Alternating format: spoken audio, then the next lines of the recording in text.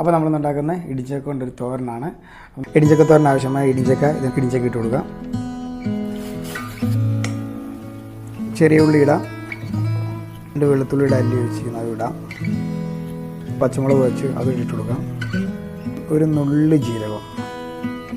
ഇനി ഒന്ന് ചതച്ചെടുക്കാം. തിളച്ച് നന്നായിട്ട് വെന്തിട്ടുണ്ട്. ഇതിന് ഊറ്റിയെടുക്കാം. കല്ലേക്ക് ഇട്ട് നമുക്കൊന്ന് ചതച്ചെടുക്കാം. ചട്ടിയിലേക്ക് വെളിച്ചെണ്ണ ഒഴിച്ചു കൊടുക്കാം, കടുക് ഇട്ട് കൊടുക്കാം. ഇപ്പോൾ എടുത്ത് വെച്ചിരിക്കുന്ന വറ്റൽമുളക് ഇടാം, കറിവേപ്പിലയും കൂടി ഇട്ട് കൊടുക്കാം. ഇതിനുള്ള മഞ്ഞൾപ്പൊടി ഇട്ട് കൊടുക്കാം. കടുക് പുളിയെല്ലാം ഒന്ന് മൂത്തിട്ടുണ്ട്. ഇത് ചതച്ച് വെച്ചിരിക്കുന്ന തേങ്ങ അതിന് ഇട്ട് കൊടുക്കാം. ഇടിച്ച് വെച്ചിരിക്കുന്ന ചക്ക ഇട്ട് കൊടുക്കാം. ഒന്ന് കുറച്ച് ഉപ്പിട്ട് കൊടുക്കാം. കുറച്ച് കുരുമുളക് പൊടി കൂടി ഇട്ട് കൊടുക്കാം. കുറച്ച് മൂടി വെച്ചിട്ട് ആവി കയറ്റിയെടുക്കാം.